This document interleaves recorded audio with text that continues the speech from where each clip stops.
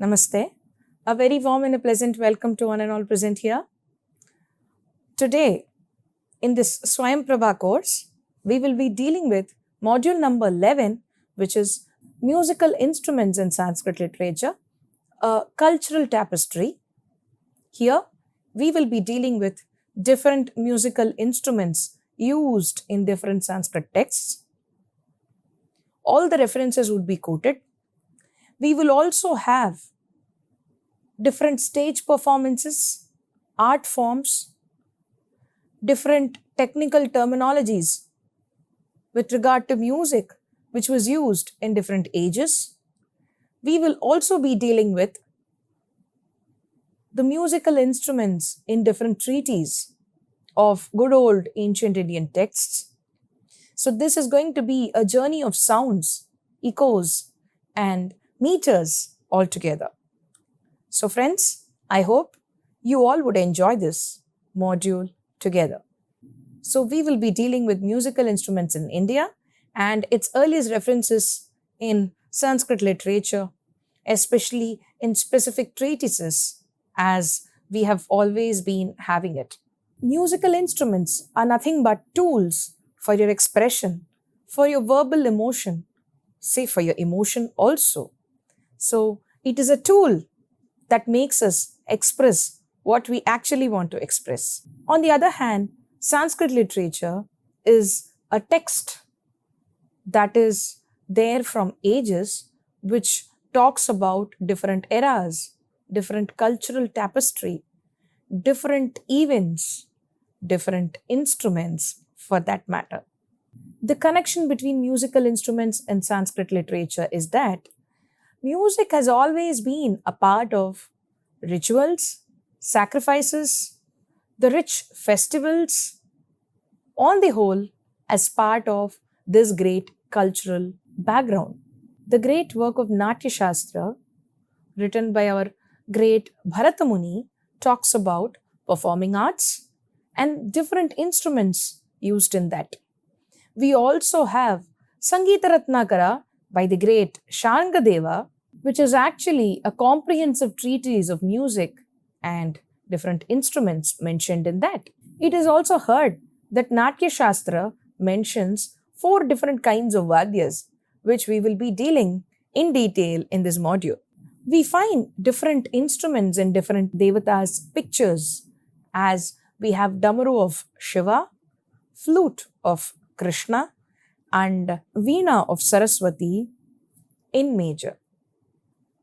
These deities have these instruments along with them. Hence, it is proved that music and musical instruments have been a part of this spiritual and musical journey since ages. As part of this introduction, art and aesthetics have always been an integral part of any culture.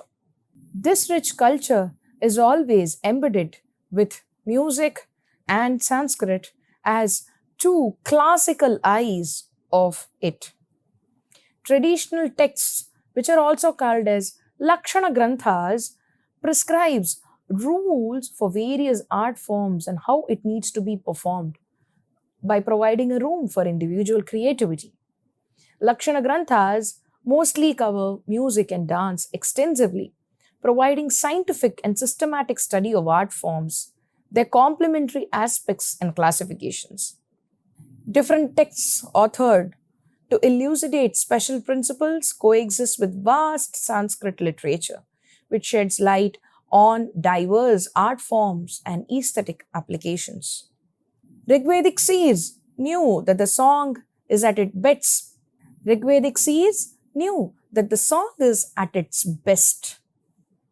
And the epitome of the sweetness lies in the 7 syllables, which is also called as Saptaswara, or 7 notes, are brought together in octave under strictly defined rules and order, and that the song rises in pitch, which is Arohanam, and falls, that is Avarohanam. Rises in pitch, that is Arohanam, and falls down, that is called as Avarohanam. as we see in the screen. So friends, as it is referred here, Panchapadani Rupaha Anu Aroham Chatushpadim Anu Emi Vratena Aksharena Pratimime Etam Ritasya Nabhau Adhisampunami. These are the verses exactly taken from Rigveda, which says it talks about Saptaswaras, it talks about Arohana and Avarohana, as we have seen here. What is an Arohana and what is an Avarohana? As we see, Arohana is Sa, Ri, Ga, Ma, Pa, Da, Ni, Sa. And Avarohana is the same. Sa, Ni, Dha, Pa, Ma, Ga, Ri, Sa. So one climbs up while the other falls down. This is exactly called as Arohana and Avarohana. Vedic literature contains vast references of music and musical instruments. As you could see, Vedas, Pratishakyas, Siksha Sutras, Brahmanas, Aranyakas, Upanishads, Ashtadhyayi and Mahabhashya, Ramayana and Mahabharata, Puranas, Mahavakyas, all these put together consists of Sanskrit literature in general, and we have several musical references in all these texts then and there. Musical instruments are inseparable from us, serving both as accompaniments and main instruments for various occasions due to the rhythmic nature. We also have evident activities like walking, working, speaking. May it be any activity, there's some rhythm, with even the heartbeat relying on rhythm for health, as we call it. Indian philosophy centers mystical syllabus, that is none other than the Om, highlighting its spiritual significance. The human body, especially the voice, the tone that we have, is regarded as the oldest instrument, known as Gatravina in musical texts. There are mention of various musical instruments such as Nali, Vritta, Aghati, Dundhubi, Bakura, Vamsha, Karkari, underscoring their historical importance in Indian culture. Friends, you can see different musical instruments in front of you now. India possesses a large number of varieties of musical instruments such as the Veena, the Dundhubi, the Mridanga, the Damaru, the Venu. So here, the Sayanacharya explains, Vanam Shatasankhabihi Tantribihi Yuktam Veena Vishesham Dhamante Vadayante, which means Vana was an instrument with 100 strings. Shatasankhabihi. Rigveda mentions Veena to be played while chanting samans. Samans are nothing but Samaveda's hymns. So friends, Sayanacharya explains, Vanam Shatasankhabihi Tantribir Yuktam Veena Vishesham Dhamante Vadayante, which means Vana was an instrument which had 100 strings.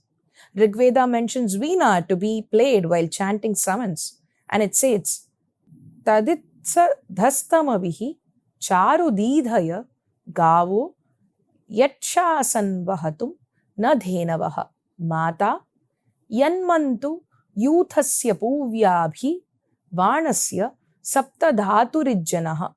Sayana explains, Vanasya vadyasya saptadhatuhu nishadadi saptaswaropeto janaha abhigaccheti tadvat tadgunopetam, which means the 7 notes that were produced in the 100 strings of the Veena, that is Bana. Rigveda also speaks about 7 swaras, the Saptaswaras, comparing them with astrological zodiacs. For the wheel of Surya, which is ageless and blemishes less, as having 12 spokes. As you can see here, we can see 12 zodiac signs being compared with Saptaswaras. Dwadasharam nahitajjaraya varvarti chakram paridyamritasya. These are the verses extracted from Rig Veda, which means there are 12 spokes that are spoken here to be 12 swarasthanas, while the 7 horses are the Saptaswaras. In short, it indicates that the summons are sung in the 7 swaras in 12 sthanas. Imam rathamadiye saptatastuhu saptachakram saptavahantyashvaha saptaswasaro abhinavante yatra gavam nihita saptanama. These are also the verses from Rig Veda which says the 7 who on the 7-headed, 7-wheeled car are mounted have horses, 7 in tail, which draw them onward. 7 sisters utter songs of praise together, in whom the names of the 7 cows are treasured. In the Trayodasha Patalam of Rig Pratishakya, the 7 Yamans corresponding to Saptaswaras and the 3 Vrittas, the 3 Vrittis are also mentioned. 3 Vrittis, layas, are mentioned for the speaking words. Tisro Vrittipa dishanti vacho vilambitam madhyamam cha drutam cha. Rig Pratishakya of Siksha Patalam says, the sound has 3 modes of speech, such as the slow, intermediate and quick, which may be called as the tempo. Sayana explains the 7 Yamans as the 7 swaras: Shadja, Rishabha, Gandhara, Madhyama, Panchama, Dhaivata, Nishada. In summons, 7 swaras are named as Krishta, Prathama, Dvitiya, Tritiya, Chaturtha, Mandra, Atishwarya. Ye saptaswaraha, Shadja, Rishabha, Gandhara, Madhyama, Panchama, Daivata Nishadaha Swaraha iti Gandharva Vede Samamnataha. Tatha Samasu Krishta Prathama Dvitiya Tritiya Chaturtha Mandrati Swaryaha iti ye yamaha nama veditavyaha. These are exactly the verses of Veda. In Vajasaneyi Pratishakya, the various modulations of the swaras are given as to be soft and softest, which is the strength of them. Sarvatrishno abhinihitaha praslishtas tadanantaram tato mrudutarau swarau jatyakshay prabhau smritau tato mrudutara swaraha tairo vyanjanauchyate padavritto mrudutamaha tu etat swara balabalam, which means with respect to the dynamics of the swaras, which are to be produced like the uttering of vowels and consonants. These are the 2 methods, such as the soft and the softest. Indeed, this is the strength of these swaras, as we see. Taittiriya Pratishakya enlists the names of swaras while explaining about the parts of the speech in the production of sound through various parts of the mouth, like iti swaranamadheyani kshaipra nityayor dhridataraha abhinihitecha pralishta pratihatayor mridutaraha tairo vyanjana padavrattayor alpataraha asyakarana prayatnaha. These are all extracted from Taittiriya Pratishakya. Further, it mentions the sound and breathing coming out through various parts of the body. Tasya pratishrutkani bhavantyuttaraha kantaha shiro mukham nasike iti samvrite kanthe nadakriyate vivrite shvasaha. The parts which give audible quality are breast, throat, head, mouth and nostrils. When throat is closed, tone is produced, and when it is open, breath is produced. The vital air coming out from the various sthanas like the throat, head, mouth, nostrils are 2-folded, namely Vivritta and Samvrita. The nada thus spurns out. Vayuv pranaha koshtyamanu pradhanam kanthasya khe vivrite samvriteva apadyate shwasatam nadatam va Vakrihayam ubhayam va antara ubhayau. 5 factors in the production of sound. Shwasanupradana, Nadanupradana, Sthana, Karana, Asya Pratna. So, Shwasanupradana is the breath expelled from the respiration and speech. Nadanupradana, vocalization of the breath. Sthana, the parts of mouth in which the tongue comes in contact. Karana, the parts of contact with the sound production. Asya Prayatna, modulations brought about in the cavity of the mouth. So these are the 5 factors in the production of sound. Saman is the name given to the verses of Samaveda due to its musical element or the essence of music that is there naturally in Samaveda. Lord Krishna proclaims in Bhagavad Gita that he is the Samaveda amongst Veda. Vedanam Samavedoham. These are the verses from Bhagavad Gita which is told by Sri Krishna himself. Music is so spoken as an elevating element towards the devotion of Lord. Yojagara Trumuchaha Kamayante.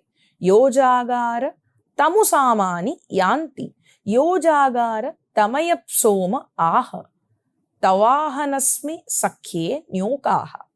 These are the verses from Samaveda which says, Agni is watchful. The riches love him. Agni is watchful. Summon hymns approach him. Agni is watchful.